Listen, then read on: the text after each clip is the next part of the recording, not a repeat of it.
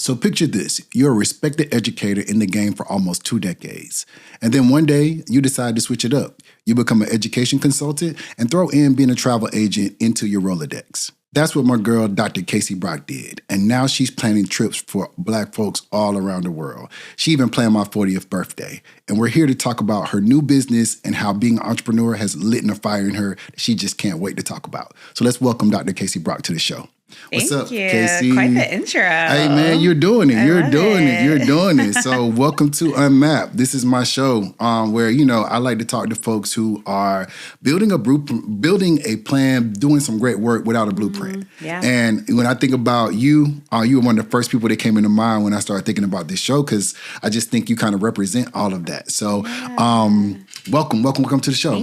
Thank you. So let's, I know we've done a few episodes of different things before. But this might be their first time seeing you on this platform. I know. I get to be on the receiving end. This is great. Yeah. So talk to me a little bit about let's make our connection. How do we meet? How do we know each other? How do we go back? Oh my goodness. I've known you for almost 20 years. 20 Next year will be 20 years. Yeah. We met. We were young teachers, just enjoying life. And we had a great experience. Yeah. With our first couple of years in teaching. We did Teach for America in Houston, and we were living our best life. Yeah, that was honestly, I try to tell people about that time, but I feel like just from a time of life, we moved to Houston. The cost of living was just perfect for us at the time, and $500 rent. You know what I'm saying? Like the things that just you don't find no more, man. So we're able to live good, and really, I think that kind of set the foundation for who the people we are today. Yeah, it's so interesting. I always tell people, I don't know that either one of us thought we'd be in education forever. But now look at us, almost 20 years later. And I feel like most of our friends are still in education, nonprofit. And so it's just such a good experience. Yeah. Great experience. And so kind of put the people on to, you were a teacher. Yes. You've done some big things since then. So kind of tell the people a little bit about your past and kind of where you are now. I mean, goodness, I would have never thought then that I would be doing what I'm doing now. Yeah. Any of it, if I'm honest. Hey. So I taught first grade, sixth grade. I was an assistant principal, a college counselor, worked in districts. And I feel like every 2 years, I'm like, okay, I guess I'm in this. And I feel like I almost have like a 2-year renewal contract with myself because I'm like, wow, I'm still doing this. But I love it. And I just fell in love with the kids, with education, and decided to go back and get my doctorate. And all of my doctoral work was in this as well, and understanding college counseling and how, young people, especially young boys, interacted with college access programming. And so, now I'm a lifer, obviously. And then recently, big news, ding, ding, ding. Let's go. What you got? The newest C8 citywide Atlanta Public Schools board member. And so I sacrificed a lot last year, but it was fruitful, and now I'm here. Man, that sounds scary. Like running for school board and kind of just being in that public eye. Like, how are you dealing with that? How is all of that going for you? It's so much better now. Yeah. And you were there when I was running, and it was just very stressful. There were so many things I learned. Like, I came up with a list the other day, like the top things I learned. And it's just, you're overexposed. It's so stressful. You feel like nothing's right. You think every small thing matters so much when it really doesn't. Yeah. And you just don't know what the outcome's going to be. You can't control people. Right. So to know that I had the trust of people and they voted me into this role, I feel so excited. I remember one of the things I'll never forget about the campaign that, being somebody's friend for a long time, I know how competitive you are. And I know Kaycee don't like to win. Kaycee like to demolish. Absolutely. Okay. And so when it came down to the election, just seeing your dedication and seeing all how you were committed to it, I think it just speaks to kind of what you're doing for the students of Atlanta. But what people don't know, what was also happening at that time is that you became a full-time entrepreneur. I did. Doing all of that. In the middle. That's scary. How did what was going on? Take us back to that time. Yeah. So I realized and this is something I tell all the people, now, running for office is a privilege. There is something that you have to have in place to be able to do it and to do it well. It's either flexibility, an incredible amount of flexibility, Or it's somebody at home who's like a dual income household, maybe Facts. somebody taking on some of those, responsibilities, or you don't have a lot of bills or something like that. Mm-hmm. I am a single income household. I feel you. I pay all my bills. I feel you. And so I'm like, I didn't have those advantages. Yeah. But the thing is, you're in senior homes during the day. Mm-hmm. You have all these different obligations showing up all these places. I had such a demanding schedule to be able to even compete to win. And so entrepreneurship provided me that flexibility. Yeah. So I had 2 really strong relationships with 2 organizations, and they hired me, and it was just perfect timing. I mean, God timing, truly, because if I hadn't had that and I would have been like trying to figure all of that out at the same time, it would have been really difficult. Yeah. And I think, one, obviously you had those relationships in education, but you also decided to throw travel in there, I did. Knowing you're an adamant traveler and kind of just have always been, in at least in my life, kind of somebody I know that scope knows the scene. Yeah. Pretty much everywhere. Talk about like why travel and why you wanted to bring that to your Rolodex. So a couple of years ago, I started working for this company on the side, and they do travel advising. And I was like, okay, so I planned a few things here and there. Like I planned your 40th birthday trip to South Africa, and other trips, and would just like book rooms and things for people. But when I became a full-time entrepreneur, I was like, oh, let's turn this up a notch. Yeah. So I started doing full travel planning. So I was like, okay, I'll plan your whole trip and do your itinerary. I'll sit on the phone with you and go over the details. And those are things I wasn't doing before. And so it's been really great. I actually have so much business for this year. I'm planning trips to Asia. I'm doing like small, like family trips with like people with small kids to Africa. Like just all over the world. And it's so much fun. I find so much joy in that. And so it's good. That's so dope. And one is so you, because I know you are an experienced curator, right? I am. Even thinking about that from your classroom. So how do you see kind of some of the things that you learned from your background in education impacting the way that you are leading kind of this travel work now? Oh my gosh, I love that you said that. I always told people when I was a teacher, I didn't hide things from my students. So when I remember when I taught 6th grade, those students now are around like 30 years old. It's crazy. Yours are too. Reminding me? Why are you reminding me? Because you also taught 6th grade. They're older. Yeah. And so with those students, I remember coming back from trips and sharing everything with them. I'd show them my photos. I'd like share stories with them. They'd ask questions because I was teaching nonfiction reading, and a lot of it was based in like history, social studies. Yeah. And it's so funny because now they talk about that, and they would go study abroad when they were in college, and now they're older. I just planned a trip for one of my former students. Oh wow, that's lit. That is so lit. Isn't it so that's cool? So lit. Yeah, she's going on a spring break trip. Because she's in education. But yeah, so it's kind of come full circle, but I was always an educator that believed in like sharing all those things with your students to inspire them, because this is something people would be shocked to know. I didn't have a passport till I was like 23. Well, I know. Until I graduated from college. Yeah. And so for me to be able to share that with young people just felt so important. And even thinking about my role as a school board, I've been doing a lot of thought around as a school board member. I've been thinking a lot about, what might it look like to make sure that young people in Atlanta have exposure to other continents outside of Europe. Yeah. Right? Europe is cool. There's so much history there, but like Africa. Yeah. I know you and I both made a lot of trips recently to Africa. We made one together to Kenya. And it's like, I would love. One of the best trips of my life might be way. Yeah, absolutely. Yeah. For sure, top 3, probably number 1. Oh, man. Yeah. I got a whole sidebar we can do a whole episode about our Kenya sure, and Zanzibar vacation, which I can help y'all plan. Hey, well, speaking of that, right? So, I think we've both been in travel game for a minute, and then, back when Travel Noir and like all the things were like popping. Right? I did not know that. That's fire. Well, plug me in, dog. No, but I just wonder, like, I know for me, you were one of the first travel agents travel advisors I've ever used. What is break it down for the people. Why do you recommend using a travel advisor, or like why do you think it's important to have somebody that kind of knows the lay of the land when you're booking a trip. Oh my, that's like such a, I'm glad you're giving me this chance to actually say this because I don't think people understand. Yeah, it's something I've always wondered because I mean, you could do it yourself, but you can totally do it yourself. So I have like different clients, right? So I have some clients that just want to have somebody do it because they don't have the time to do it. And that's easy, like for me to do, to take on. I can plan your trip for you. And then I have other clients who just have never been to a certain place. And so they're just not sure like what to do. And then just others who are organizing large groups. Like that's become one recently that I've started to do that I'm really enjoying because I can corral the people because that can be very stressful. But as my line trip planner for 20 years now, I've got plenty of experience in the game. Oh my God. I've got 20 years of experience with that.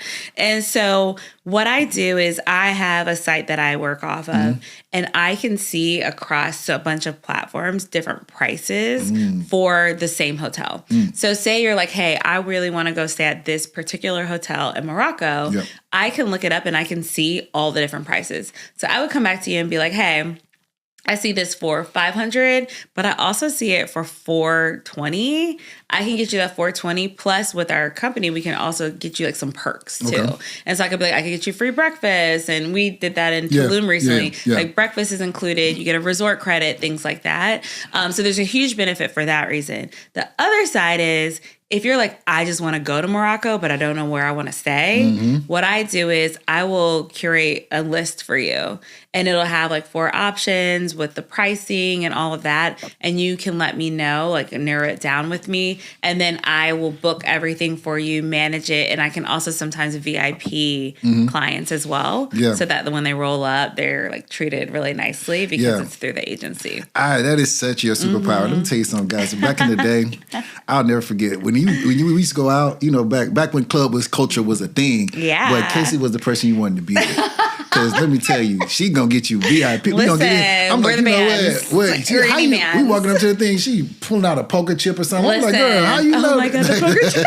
I'm like, what is going on? Is this some secret society? But what I love about that though is I see elements of that in the way that you kind of plan your trips. And so, I mean, one, just thinking about the value that you add by just taking out the stress of like looking up all that stuff and presenting that to your customers. Number one, I actually got a few things I need to run your way now, just hearing you say that. But then two, I think what also makes you unique, which you kind of alluded to, but I think I want you to pop your stuff a little bit more, is how you are really, at least all the trips I've seen you plan, you're in the scene. You know what's going on, and you really help cultivate like an experience for your clients. Yeah, and it's so cool because I get to know everybody, right? And so there's this one client I'm thinking of. He just took a trip to Prague and Madrid. I know his style now. So the list of hotels I gave him, I'm like, this is you. Like you like the modern, sleek, like looking hotel. He loves to have some kind of Afrocentric tour experience when he goes somewhere. So when I sent him his list, it was just 5 minutes, right? And it was done. And so to your point, like I do kind of just try to get to know people and see what they like to do. But I am on the scene. Like I know, I mean, shout out to Portrait Coffee. I'm a little Black-owned businesses. Well, big Black-owned businesses that I'm supporting this month. Like even within Atlanta, it's like, you know, you can come to me for the spots. But same when you're traveling somewhere else. If I've been there, I've got an entire list ready for you. I have seen it. I have experienced it. And let me tell you, I can name country after country that I've been to. In case, you need to hit up this person or you need to do that. And so I think that just adds a special sauce, especially for Black travelers, because I think what is also true, and I'd love for you to elaborate on this, is how do you... Because safety is a concern. Absolutely. Right? And especially, you know, knowing that, you know, I talk about a lot about how I see Black women kind of just going out and like doing their own thing and kind of making their own trips. How do you make sure safety is something that you kind of prioritize in your travel planning? Yeah. And, you know, I think it's hard because like you always want to be respectful when you're traveling of the customs of a country, right? And the culture. And so it's hard for me sometimes to tell somebody like, hey, you may not want to go there alone because I'm like, it's just different. Right. And there are some places on my list like that. I mean, I won't say them right now. But there are some places where I'm like, it wasn't the best place to be alone. And solely because maybe it's a place where women don't travel to often by themselves. Right. Or maybe it's a place where catcalling and things like that are the norm. And if you're unfamiliar with that or you don't feel comfortable with that, you may not want to go by yourself. And so I have had those experiences personally. And so I think for me, when I'm telling other people about my trips, I have those kinds of notes for them. For example, you just got back from Morocco. Right? I went to Morocco by myself. Oh, wow. Okay. And then I also went with my mom. Yeah. 2 very different trips. I'm sure. And I always I'm like, hey, you can go to Morocco, you can go to Marrakesh alone, right? Cool. Do your thing. Yeah. But don't stay in a riad in the middle of the Medina. Facts. Because I did. Yeah. Wow. JB. I can only imagine because you're going to be walking up to you're walking through dark tunnels crazy. At night. I'm sure it was immaculate once you got inside. Oh my gosh, but getting there, the best. But I was like, I'm in a tunnel, and it's dark. One way in, one way out. That's right. crazy. And so on that trip, I ended up staying. I was in my hotel. Yeah. By 7 p.m. That's not very much fun. Yeah. And so now somebody wants to go to Morocco solo. I say, hey, actually, do it. Yeah. If you really want to, stay in a hotel. Stay in a hotel in an area that's not in the Medina, right? But I personally had those experiences. And so I think for me, I'm just really conscious of it, especially when I'm sharing the experience with other travelers. I think that makes, again, the secret sauce, right? Like things you're able to do for your travelers. Okay. Yeah. And I'm learning too, like, for example, I do a lot of family travel now. A lot of my friends have small kids. And so that's been really cool, like that learning experience of what they need, what kind of rooms they need. Is there a kids club? Like I'm looking at all of those kinds of things now too. Absolutely. And so let's transition and talk a little bit about your travel philosophy. You talk about this. I think I did do a little research and I saw one of the articles you wrote where you talked about the difference between a trip and a vacation. Yes, big difference. All right, break it down for us. What's the difference? Oh my goodness. Okay, so they're so different. And I realized I don't take enough vacations. I take too many trips. I'm working on the vacation part. All right. Okay. A trip means you're going for experiences. You're waking up, you're doing the tours, you're like super involved. Like you might have a little bit of a schedule. You have specific things you want to do. Yeah. A vacation means you do not have a strict schedule. Every day you just kind of feel the vibes and figure out what you want to do. It's more relaxing, more calm, more wellness centered. And those are 2 very different trips. And I think that people need to talk about that before they travel because those are 2 different experiences. Yeah. And sometimes I want to go on a trip and sometimes I want a vacation. Yeah. And sometimes you may need a vacation after the trip. That part. Because, I've been on trips where it's just jam-packed and you feel like you can't even get sleep and get caught up. I don't do that anymore. So what I do, and I do this when I'm planning itineraries as well, like you experienced this in Tulum recently, like I will say, okay, there is one gathering of the people, if you're going with a group, there's one gathering a day. That's it. Yeah. So one time a day, everybody will touch base. Maybe it's a really nice dinner. Maybe it's a boat day, but there's only one time a day. Everything else, let people breathe. Yeah. Because it is just too much togetherness and everybody kind of has different interests, right? Especially at this age, we're all spending, listen, you birthday trip people, come to the front. Talk to them. I'm guilty of this, by the way. My goodness. Okay. Listen, he's guilty. Everybody, I love y'all. Okay. I shockingly have never planned a birthday trip. Never in my 40 years. Never. Not for other people to come. I have planned solo birthday trips for myself. Now, I feel like on a birthday trip, you got to chill out. You got to like loosen the reins just a little bit. Yeah. Because people are paying so much money to be there. Yeah. And if you're paying $4,000 or $5,000 to go on a trip, I truly believe you should be able to have some flexibility and freedom to be able to enjoy it. Yeah. Like I deeply believe that, which is why my friends are going to be like, I haven't gone on a lot of birthday trips. Yeah. And that's because I'm like, I don't know.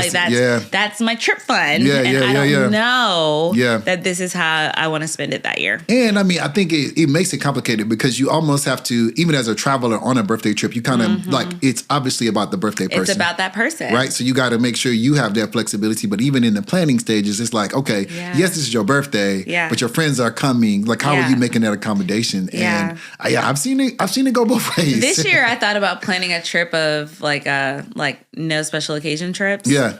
Oh, I love it. And just telling people, hey, let's go on this trip. Yeah. Nobody's birthday, no bachelorette party, no nothing. We're just going on a trip. Hey, I love it. Oh my goodness. I love it. I'm doing these tennis trips now too, which I'm launching next month. Let's go. I got to figure out. I don't know what's going on in Mexico right now. Okay, we might have to do a little regrouping. Yeah. But just like trips around experiences rather than a special occasion. Because to your point, no matter what, it's always going to be about that person. And I love that. I love celebrating people. Yeah. But if you're paying that much money, it's like you got to let there be a little flexibility. Okay, yeah. So talk to me a little bit more, because I was going to ask you, like, where do you see this going or what's next? So you talked a little bit about your tennis trips, but sounds like you want to get more into the experience game and kind of just building trips around experiences. I've realized that people really value having an advisor when there's a group involved. Like, I can book you a hotel room. If you today, somebody actually just texted me and said, hey, I can't do Mexico City anymore. Yep. Things are going on over there. Can you help me find another location? I can do that in 10, 15 minutes, right? But what I realize people really need is somebody to help them with these group trips because they can be so stressful. And so I'm working on expanding my group travel business so that I can kind of take on that load, that responsibility, so that other people don't have to do that, because I actually enjoy doing it. I will sit and watch Love is Blind and be on my computer. Like, I love it. I love it because I just plan my fantasy vacation. And that's really fun.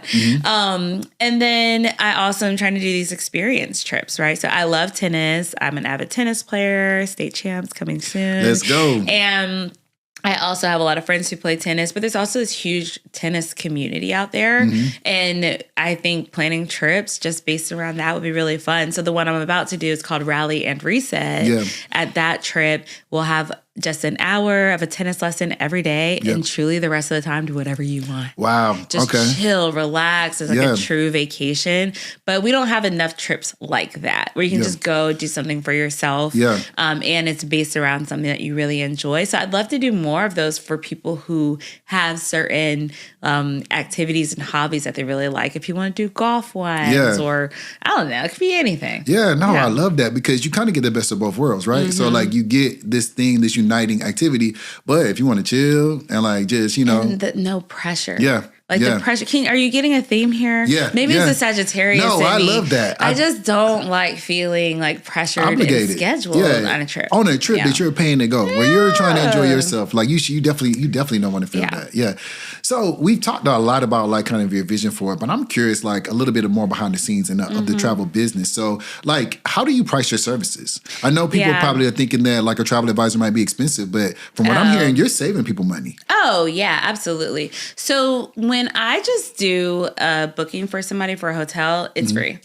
I get a commission from hotels, like through the company. And so with that, you just tell me where you want to go. I'll send you the whole list and do all that with you, and then send you on your way. Sometimes the commission's tiny, right? But sometimes it's not. And so it just depends. But either way, that doesn't cost anybody money.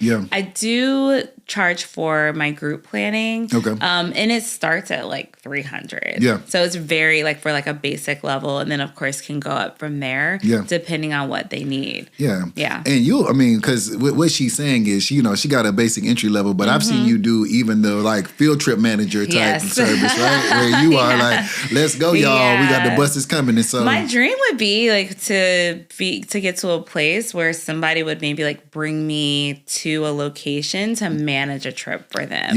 Like that would be really great. I had like a taste of that recently because it was a birthday trip we were both on where like I went as a guest, but I had helped plan the trip. So then I was like pseudo supporting, but that wasn't like the job, right? But I wouldn't mind going and having that be my job on a trip one day where somebody just wants me to do that. Like, perfect. Yeah. So I'm curious, man. So what's been the most ambitious trip that you've planned since you've done this? Oh, or what's your biggest win since doing this? Honestly, that's the family trips. Yeah. Yeah. Like I'm doing one right now for a friend. They want to do Singapore, Vietnam, and Thailand.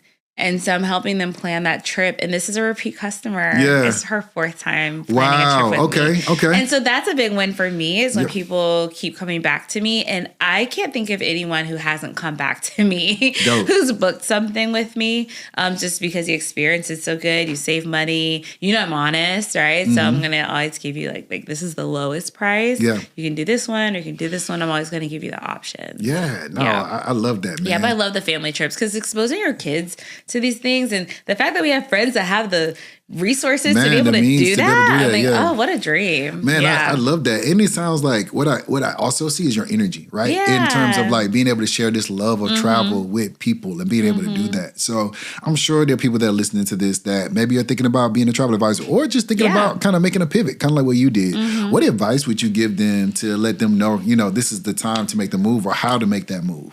Yeah, honestly, I was talking to someone about this the other day. Like, I don't get embarrassed easily if something doesn't work out. So I'm not the best person to ask. But that's a skill set, though. Don't like, because I feel like some people are afraid to look stupid, which holds them back from doing so many things. So don't downplay that. Oh my gosh. Like, I just don't care. Yeah. So one day I'll be like, maybe I'll try to be like a content creator. And then I'm like, no, never mind. I don't have the patience for that. Or I'll be like, let me make remember I started that jewelry business random because I went somewhere in New Mexico and they showed me how to make bracelets. And so that I sold them. Yes, hey. I made a website and everything. Back when making websites was hard, okay? Right, when no Wix. You got to do it, I've done multiple podcasts. I've tried everything. And something stick, like getting my doctorate stuck, thank goodness. Absolutely. And this travel business, I've been doing it now for 3 years. But like I said, I'm ramping it up now. And the other things don't. But I always live by this rule. Those who mind don't matter. Those who matter don't mind. And that is like my number one thought in life. So it's like, if you're my friend, you're gonna be like, oh, Kaycee's trying something new. Like support her. Cool. Absolutely. But if you are a hater, you're just gonna be a hater. Like, and that's what you're gonna do, right? And you don't matter. And you don't matter. You don't matter. And will still probably call me and ask me to plan the trip. That part. So it is what it is. Yeah. So I think it's just like letting go of that. And I think that stops a lot of people. Like, I think I hear people talk about starting things and they're just like so nervous just about what people think about them. Yeah. But I mean, even look at you, right? Like you started and you're doing content creation and it's really blown up. You're about to go on like a brand deal trip. Yeah. That's awesome. And I just think so many people just don't do it because they're afraid of how they'll look. Yeah, and that'll hold you back every time. Listen, every single time. No, I love it. You need to give me advice though, because I told Jamie I was going to be a content creator this year. You need to do it. I've posted twice. But see, no, you are a content. Well, in my head, I'm like a mini influencer.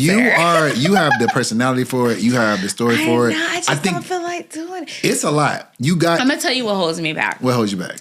Okay, obviously I'm not embarrassed. I don't care. Social media is fun, and I have such a hard time making it not fun. Yeah. And you know me forever. Yeah. I've loved social media since it started. My friends at Florida State say I was the first person on Facebook. and truly, I might have been one of the first 20. We met on Facebook. Right? I might have been one of the first 20 because I've just loved social media. I think it's so much fun. I think it's such a great way to keep in touch with people. I post funny things. Like, it's just a fun place. Yep. And I think when I've had to do things like when I was running for office or when I'm selling something my college counseling things and all that, that's not fun for me. Yeah. And so that's, I think, what the tension is making it into what feels like a business takes away some of the fun part. Well, I don't think you necessarily need to think about your social media as a business, number one. Because what you can do and what you're great at is already what you're is building community. Right. Yeah, and so rather than seeing it as a place where you're advertising your trips and an advertising experience, you're advertising you. and the community that you build and relationships you build, and that's going to sell the trips. That's true. You know, yeah, so it's like authenticity. just be yourself. And I think sometimes people try to make it all those things. Obviously, if you want brand deals and you want, people to like have you sell things, that's an avenue you can go. But you already got a stream of income coming through the trips, right? So like, how can you utilize that to kind of get people to experience, like create that experience where people kind of see? I don't know. It's just something to think about. But we'll see. I mean, next year we could be sitting here and could be like, oh, I'm just going on this brand deal. You know what I'm saying? You hear me? You hear me? Don't close yourself to any opportunities. But I would just say, put yourself out there. You already do a great job of building community online, and just keep doing that. Yeah. So speaking of that, where do you want to take this business? Like, where do you see yourself in 5 years? Oh, 5 years. That's a lot. I just told you at the beginning I did 2-year plans. All right. 5 years. 2 years from now, what are we looking at? Oh my goodness. Okay, let's see. 2 years from now, entrepreneurship is hard because you have to find your own business. It's based on your own connections, manage your own time, your things. And so I would love to still be a full-time entrepreneur in 2 years. I'd love to be an amazing school board member. That's really, really important to me. Yep. But the entrepreneurship allows you to do that. Yeah. Like I'm just now coming from a ribbon cutting, but if I had a work trip, which I used to have so many of those, I wouldn't be able to do something like that at night at 10 o'clock, right? Yeah. And so that flexibility matters. And so hopefully that college access consulting business is thriving. Yep.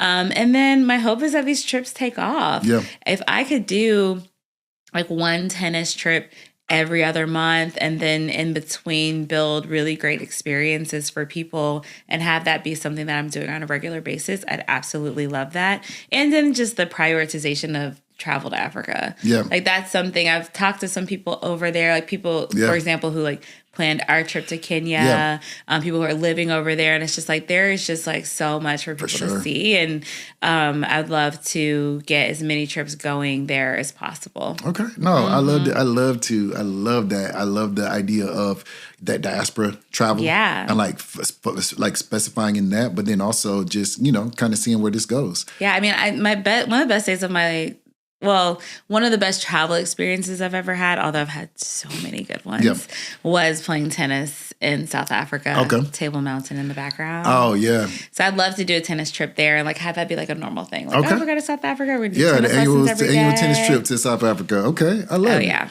All right. Well, before we wrap up, I want you're a travel advisor. And I also know you've been an experienced travel person, right? Yes. So what are your like top 3 travel tips that you're going to give to people, whether it's planning or just like hacks that you live by?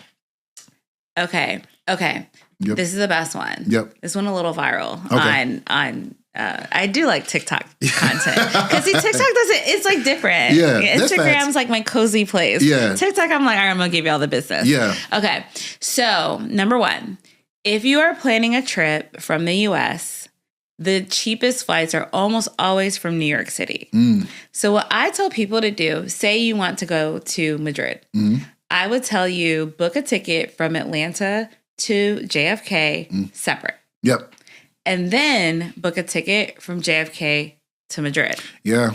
And then you have just one layover. It's usually pretty quick. It's it's at JFK Airport. And then you can save thousands of dollars. I've seen that, doing that. So that's like my top tip is if you want to save money on your airfare, try to get a booking out of JFK and then do that round trip. The only caveat, because I don't want anybody coming for me, is if you are checking your bag, you do need time to go out and come back in. Okay. But just remember that part. But I rarely check bags. Yeah. Yeah, which brings me to number 2. Okay. Try not to check a bag. And I know it's hard. Yeah. I know it's hard. Yeah. But especially between packing cubes, there's so many ways to get it down. Now, I love the Away bigger carry-on. Yep. I've never had a problem, even on some of those smaller flights between like European countries. Yeah. Haven't had any issues with that. And it is huge. It's massive. And then on top of that, I have this duffel that you can just slide onto it with a little shoe compartment in the middle. Yeah. So there's like really great luggage and like investing in that luggage so that you don't have to do to check a bag is key. Facts. Yeah. Facts. And then my third one, just make sure you're traveling with the right people. Absolutely.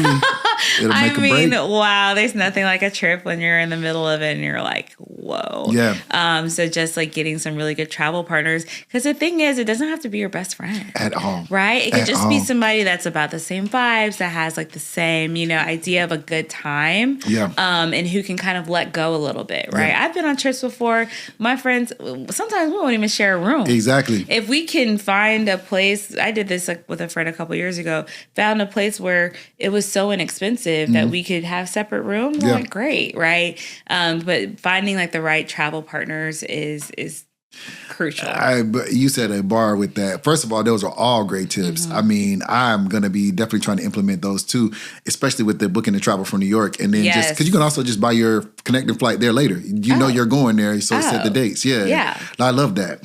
Man, Kaycee, you dropped so many gems today. You kind of let the people know what you're doing. Where can they find you? Where can they learn more about your travel business if they're interested? See, this is the funny part, right? Where I'm like, Yeah. Okay, well, I actually just changed my TikTok to be with everything else. So everything is Hey Miss Brock, HeyMissBrock. Okay. It's like Instagram, Threads, TikTok is now Hey Miss Brock. And that name comes from me being a teacher because every day all I heard was Hey Miss Brock.